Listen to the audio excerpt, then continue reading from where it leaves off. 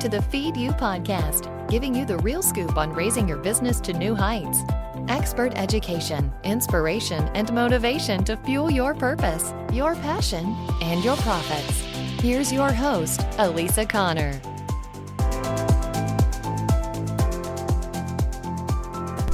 Hello. Welcome to the Feed You podcast. I'm Elisa Connor, and I'm your host. Thanks so much for tuning in today in this third week of January. I guess it's officially the third week of January. And I appreciate you being here. How is the new year going? I'm wondering how, if things are rolling along, if you did some planning that we talked about I can't remember what episode that was, but it was middle of December 18th actually is when that episode came out, when we were talking about planning for next year. And then in episode 69, I also talked about 90-day goals. So I want to check in, see how things are going. If you guys, episode 67 and then 69. So want to know how planning is going and how you're reaching your goals, or if you're getting to your goals, or if you have a pathway to your goals. But I want to, we're going to take a little bit different direction, and I want to take a minute to kind of tell you the difference between branding and marketing. And I have helped people with their branding, and I continue to help one-on-one clients with their branding. But there is a misnomer out there amongst a lot of people that you need to have a really solid brand and focus all of your attention and effort into branding. And I am going to debunk that myth a little bit today and instead encourage you to focus on your marketing.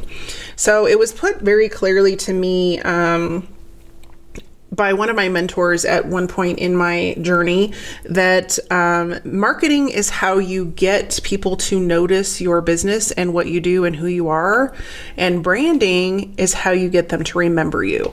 And so they really do work hand in hand, but a lot of people try to start with branding. And there's a lot of overlay of components that go into a brand that you also need for marketing. And so am I saying you don't need branding? Absolutely, you need branding, but you probably don't need to spend a fortune on it. And if you are going to invest in branding, I'm going to tell you, sneak peek, which component to spend your money, where to spend your money when you're getting started. Because a lot of times the budget is a consideration, especially when you have other pieces of your business that you have to invest in.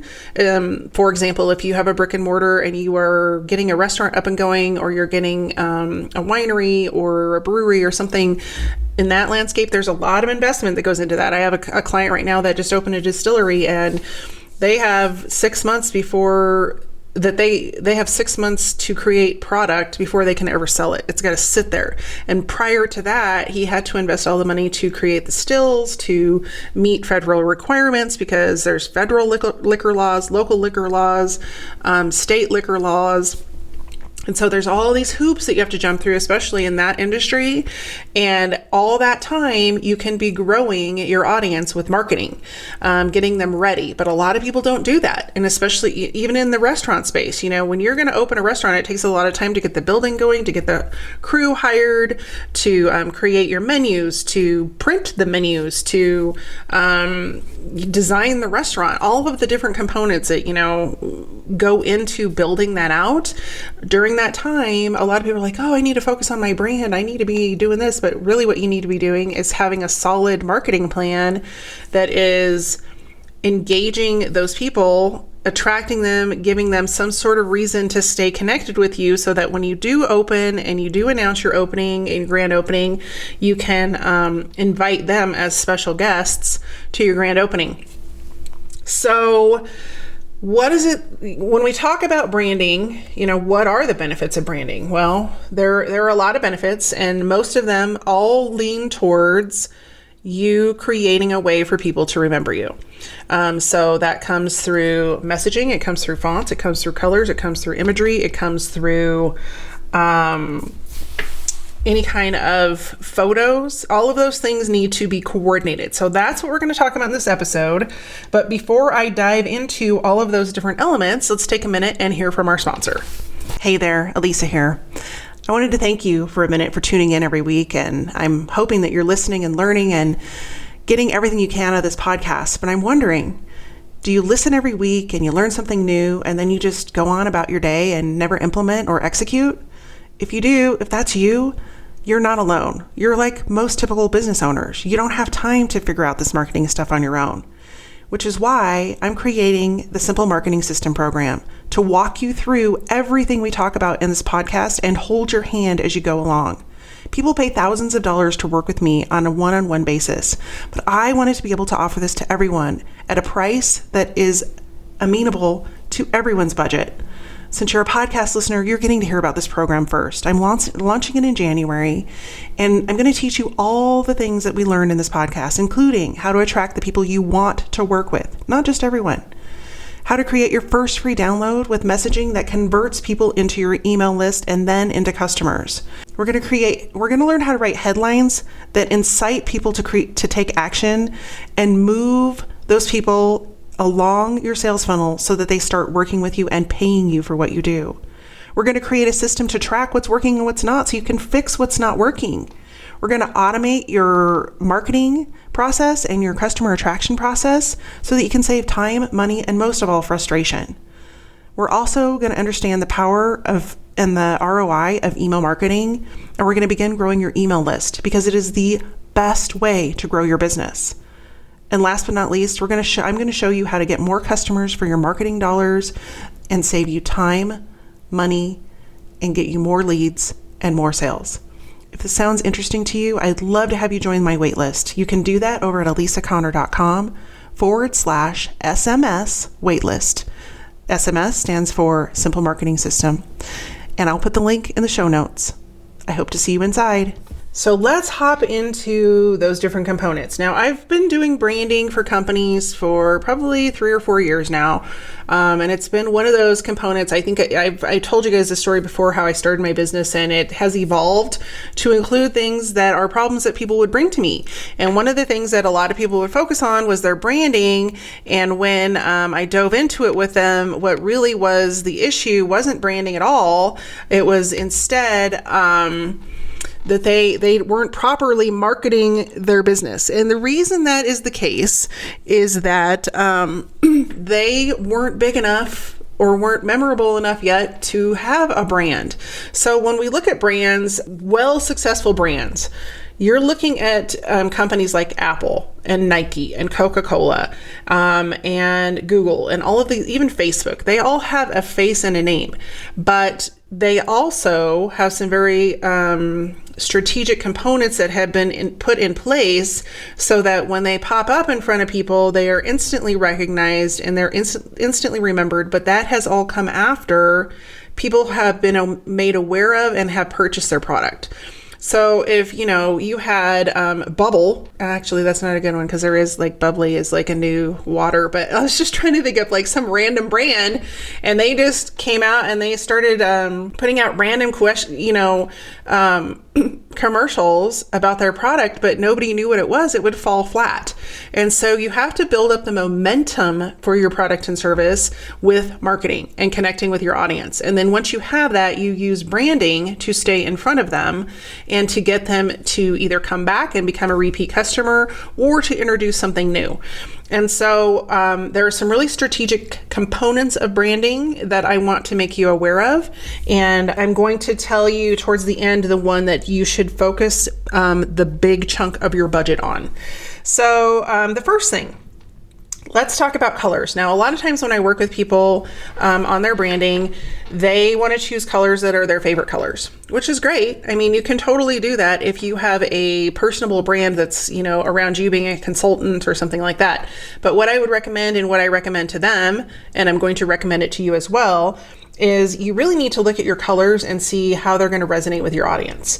If you are going after a bunch of male CEOs that are very corporately rooted and they're very corporate and professional, and you're going after them with a really curly font that's pink, you're probably not going to have a lot of traction because there's just no connection there. They're not relating to who you are. They're not relating to, anything that you're putting out there. So take into consideration, what not only resonates with you, but does it also resonate with who you want to serve? And then what I recommend for colors is that you choose 2 to 3 foundational colors that you stick with. And usually they're in the same color family. So if you're going to choose blue, choose like 2 or 3 shades of blue.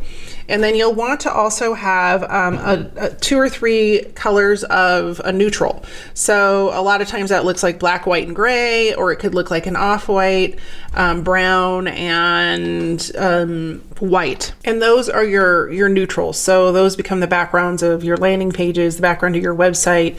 Anytime you want to highlight text, especially paragraphs. So you want to make it very easy for eyeballs to look at it. And then the other color or the other color family you want to look at is your accent colors. So typically I recommend 2 to 3 and not more.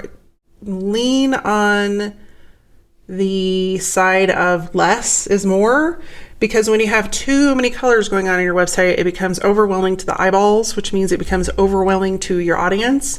So the less colors you have, unless you're using them to highlight information or really draw attention to specific things. So the example that keeps coming to mind in my head is you probably want an accent color to draw them to take action on your opt-in, or take action to book an appointment with you, or whatever your call to action would be. That would be where you would use an accent color. So use them, but use them sparingly, and don't overwhelm them by having the entire rainbow of colors on any kind of branding or marketing, and specifically online marketing.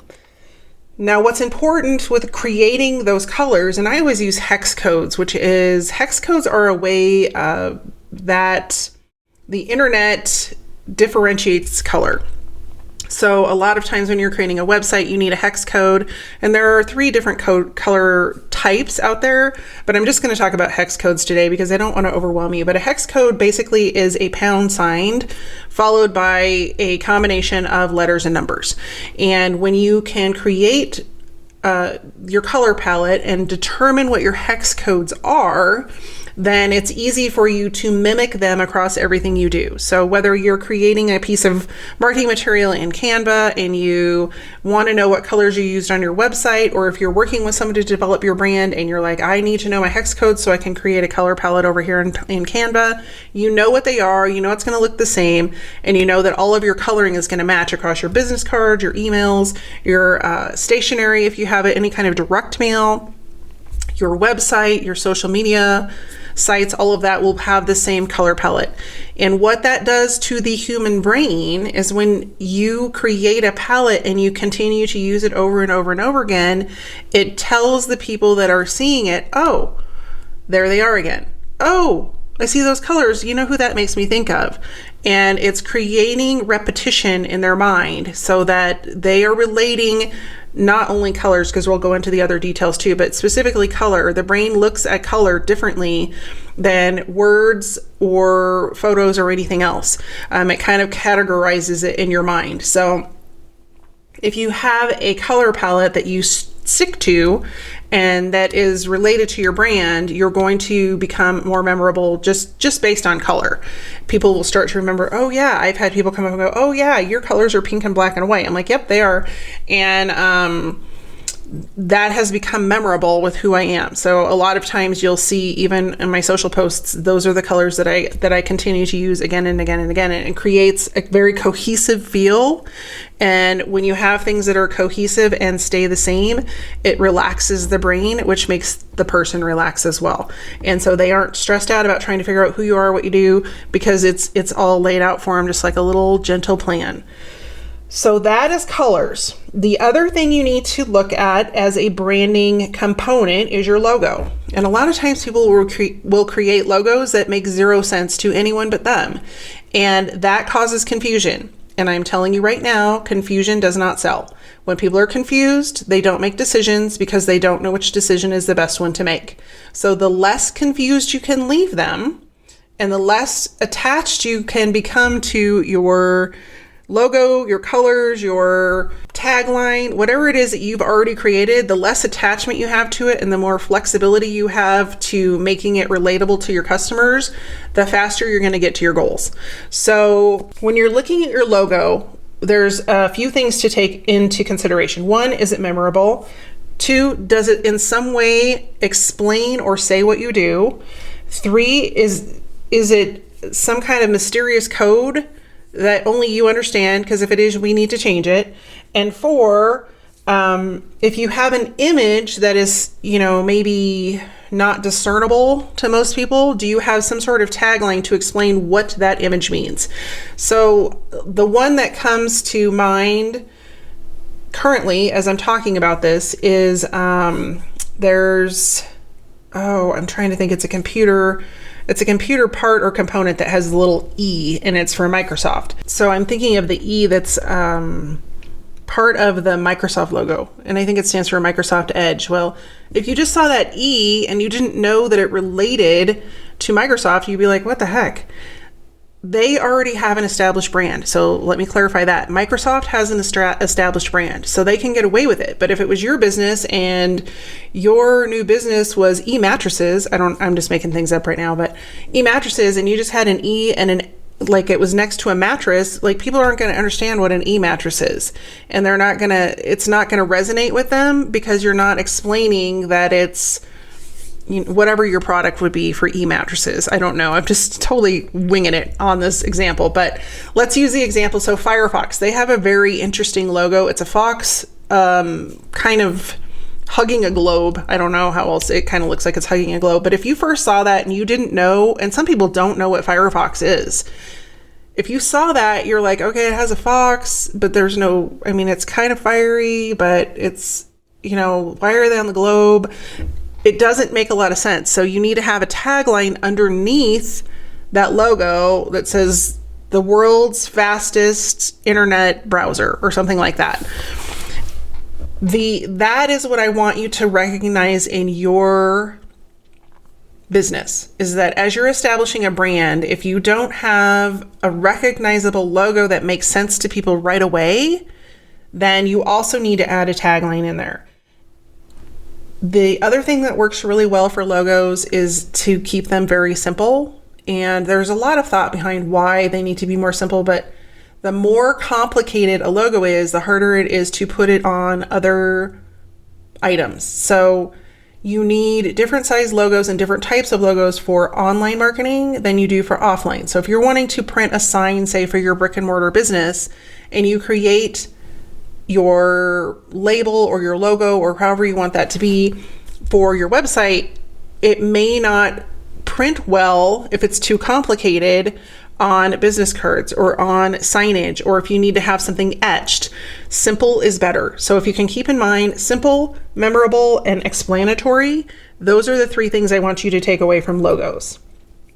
The next area of your branding that you can create cohesiveness in is, let me back up to logos one more time. So if you're going to choose a logo, make sure that you're using the same logo. Everything about it should be the same across all of your marketing materials, because if you have one logo here and one logo there, it's not creating cohesiveness. If you have a logo that you put on social media and it doesn't match all of the other stuff that you have on your website, or vice versa, or you put out an email and it has some weird logo and it doesn't match anything, then the cohesiveness is lost, and it only takes a split second to lose somebody's attention between keeping them connected, and then all of a sudden they're like, who is this? Because they don't have the connection between this is your logo, this is your colors, this is your fonts, et cetera, et cetera, et cetera. And you don't want to lose that connection. You want to keep them on board the entire time so that they're following you just like little breadcrumbs until you get them to do what you want them to do, whether that's opt in, join a course, buy a product, whatever that might look like. The next area we want to talk about is imagery. And this is imagery as far as drawings and photos. A lot of people will take just stock photos and slap them on their website, and there's really no rhyme or reason. I just had a company that I am currently working on with a project, and they were trying to be really clever on their website, and they have a picture of a guy staring off into space with sunglasses on that have their logo on the side of it. And when I was looking at it, I was like, this does not relate to your business at all. Like, there's no connection. They've made no connection between this guy with the sunglasses and what they do. And they are software trainers. So long and short of that example is that you have to connect your images and your branding to what you do.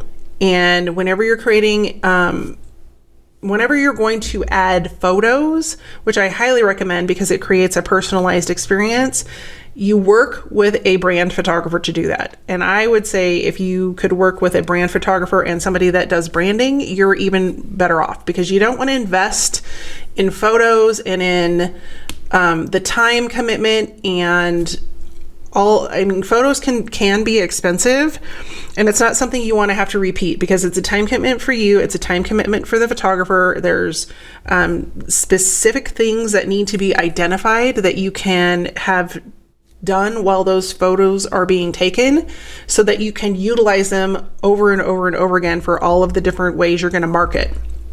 So when you're doing that, you want to take into consideration the things we've already talked about: your color palette, your style, which we're going to get into a little bit more when we talk about fonts.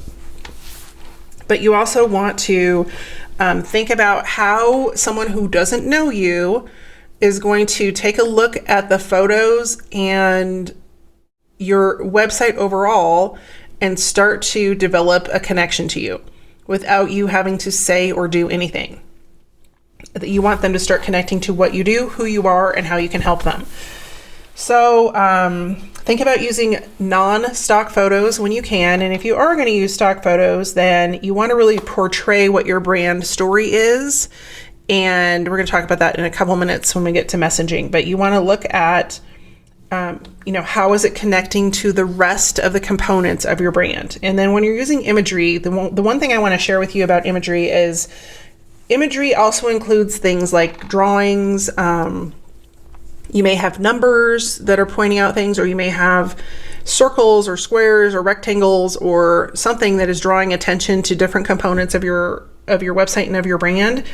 And just choose a specific style for those drawings and those icons and such, so that it is cohesive across everything. So if your logo, for example, is a square, like Netflix is it's rectangular, they don't want to go use triangle logos or triangular icons, because there's, again, a disconnect.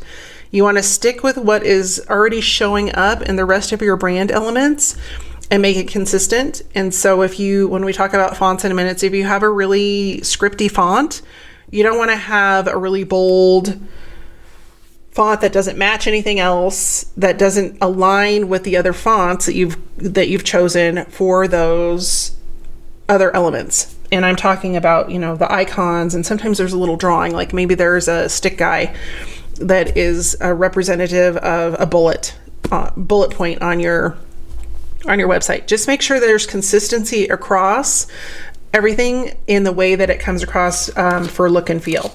So that's what I wanted to share with you about imagery and photos. So the next component is your fonts. And there's a few things that I want to share with you, and then I'm going to tell you there's basically four different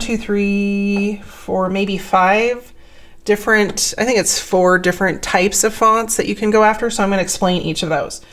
But you want to make sure when you're choosing your fonts that they are readable on every platform. So again, kind of going back to the same points that I spoke about with your logo, especially in the world of web design. It is possible for you to use scripty fonts and create them as images on your pages, so you can create cohesiveness that way. But if you're just uploading a font onto your website and somebody is looking at that website from a different browser and they don't have that font, it's going to look really weird to them. It's not going to look the way it's supposed to, and it's not going to be the optimum user experience. So think through your fonts, because you have to live with them for a while. And when I go through the different 4 types, it's going to help you determine which font families are going to be best for you. And then the other thing that I want to mention about fonts is that usually you will choose 2 to 3 different fonts to utilize in your marketing.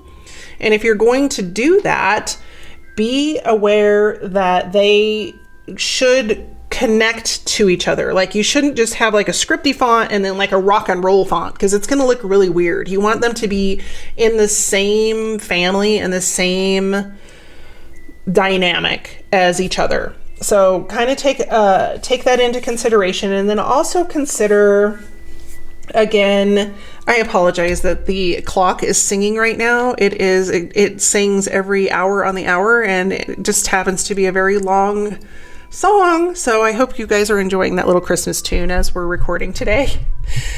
But when you're choosing your fonts, I want you to also be aware of, again, who your audience is. And I gave the example earlier that if you're going after corporate America and it's specifically corporate males, they're not going to really resonate with a scripty font. Same would be, if you have a very feminine brand and you're going after a feminine audience and you go in there with a non-feminine, like very masculine fonts, masculine imagery, you're going to have immediately turning them off. They're going to think it's not for them. And so just think about, when you're choosing fonts, because they say a lot, make sure that you're aware, that you're sensitive to your audience's gender, their age, their interests, and that all comes from doing some audience research. So it's okay to do some initial research before you make any decisions about all of this stuff. And I don't want it to stop you from moving forward. So if you have to wait to do some professional branding, it's okay. People rebrand all the time. But just being aware of these few little tricks and tips are going to help you to create cohesiveness, so that if you do hire somebody to do your branding later, you already kind of know what you're looking for. And it doesn't mean you can't. I mean, when you rebrand, you can change everything. You can change just a few things, or you can change everything.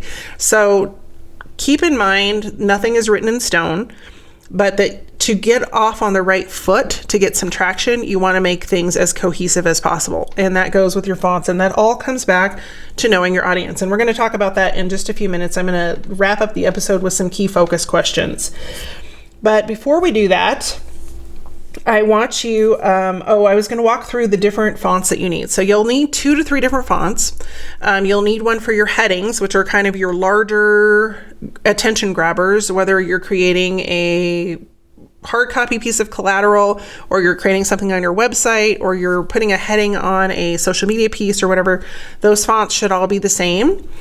And then you would possibly want a second title font. So sometimes there's like a subheading under a heading, and that could be a second font, but you don't have to have 3 fonts. You could just have a heading font, and then the last one is a paragraph font. So anything you're writing that's text related, that is going to be smaller and you want it to be very readable and easy for people to be able to get through the content that you're sharing with them.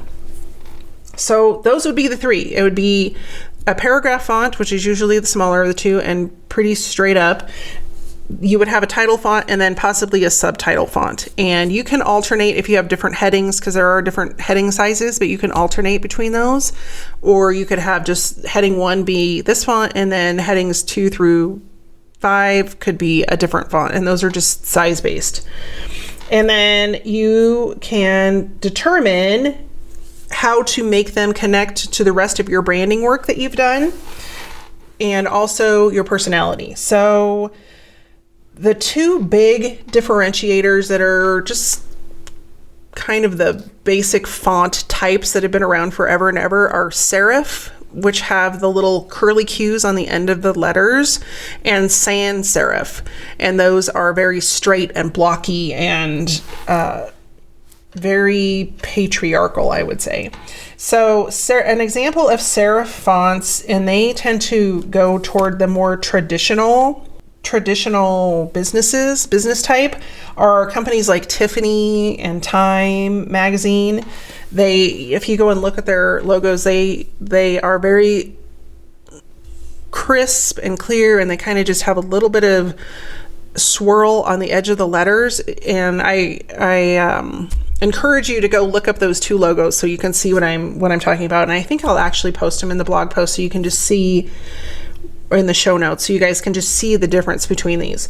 So that would be the serif font. Now a sans serif font is more towards the modern tech world. So a lot of the fonts that you'll see for like Facebook or Google, or I'm trying to think of another one that's out there that's a tech company, Microsoft, they all use very like straight up. There's no curly cues on the edges. They're just straight letters, and very, to me, they seem very modern, much more modern and practical. That was the word I was looking for. They're much more practical than traditional. So traditional, I always like to look at traditional as far as, companies that have been around for a really long time, and they typically went off of the old school newspaper fonts. So when you're looking at a lot of publishing companies, they will use a serif font. So the other ones that I research, or that I found in my research, there's actually 3 additional types. The other one is a slab serif, and they are even more blocky, and they kind of remind me of square bubble letters. I don't know if you guys ever did bubble letters when you were a kid, but they're bigger and blockier, and they don't have any swirlies on them. And they usually are associated with quality products like Volvo or Sony or Honda. So if you go and look at those, they are very different than your Facebook or your Googles. The Facebook and Google are more rounded, whereas the slab block are very square. Even though they have similar styles, it's really hard to describe this on a podcast, I'm finding. So what I'm going to do is I'm just going to pull all of those logos, and I'm going to label them in the show notes so you can see the difference between these. And then it's going to help you choose which one resonates best with your brand and your personality, because that's a big ticket here, is like your personality really should show up in your fonts. And if you look at companies like Pepsi and the evolvement of what their logos have done, it's a very interesting history. But even McDonald's, they have a very recognizable font, and a lot of the fonts for those larger companies are patented, meaning that nobody else can use them. So when you get to that level, you actually have somebody design a font for you that is very personal to you and your brand, and then no one else can use it. Well, legally. No one else can use it legally. How about that? The other one that comes to mind is Chanel. Chanel is a font that's out there, and it is very recognizable, more so probably than anything else they do.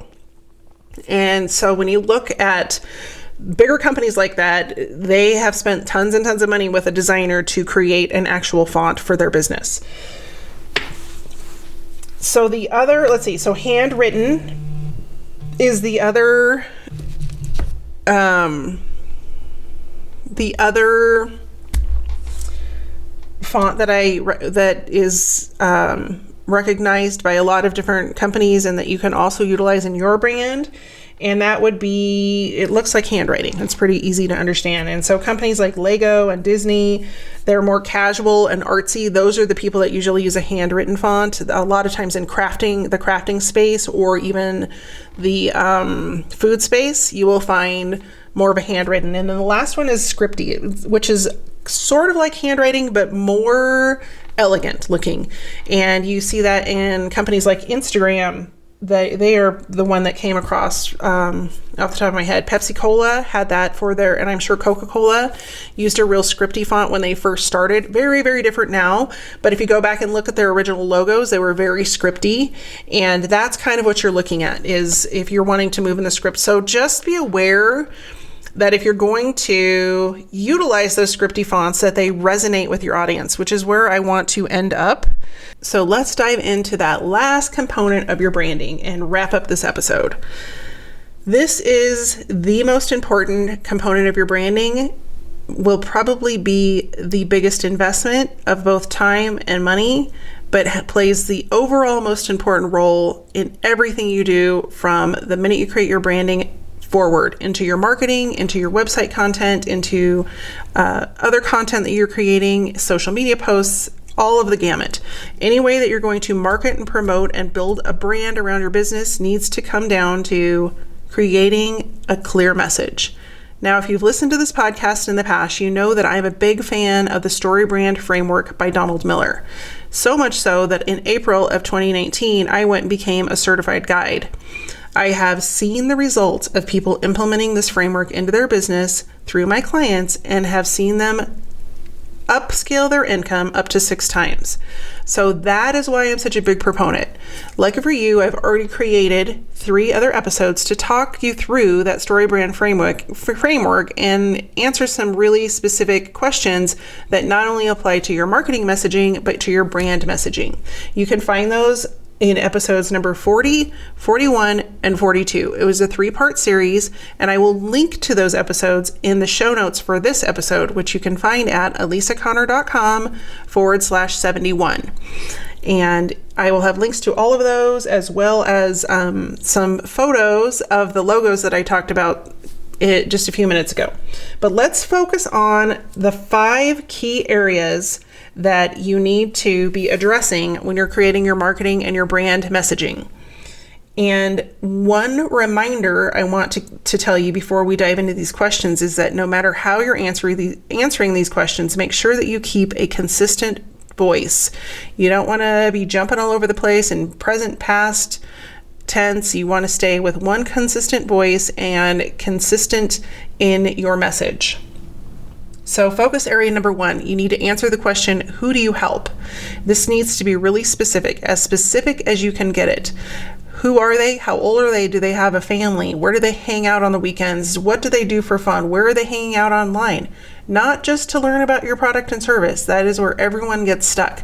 Yes, they have problems, but their problems are a culmination of other things going on in their life. The more you can get to know the person that you want to help, your ideal client, the better off you're going to be and the bigger traction you're going to get faster. So get to know who you're helping with your product and service. Number 2, they have a problem that's keeping them up at night. So you need to figure out how you solve that problem and how do you help them. That is area number 2. Your solution is not your product and service. It's how you help them achieve the results, which is solving their problem. So number 1, who are they? Number 2, how do you help them? Number 3, this is important. Why do they care? Why do they care that you're going to help them? Why do they care that you are the solution to their problem? You need to make yourself stand out as the guide that you are in the process of them solving their problem and what it means if they don't solve that problem. Which leads me to number 4, your differentiator. So you've already agreed to help them solve their problem. You have identified their problem. You've identified what's going to happen if they don't solve their problem. Well, now you need to show them why you're different than everyone else who's told them that they will solve their problem. Sometimes this is a little bit tricky, which is why it's good to work with somebody who is in the copywriting world and in specifically brand messaging and marketing messaging. So I do have the ability to move forward with me. If you guys want to find out more about that, you can go over to the website and you will find a schedule button to schedule your 30-minute free consultation. Feel free to go do that.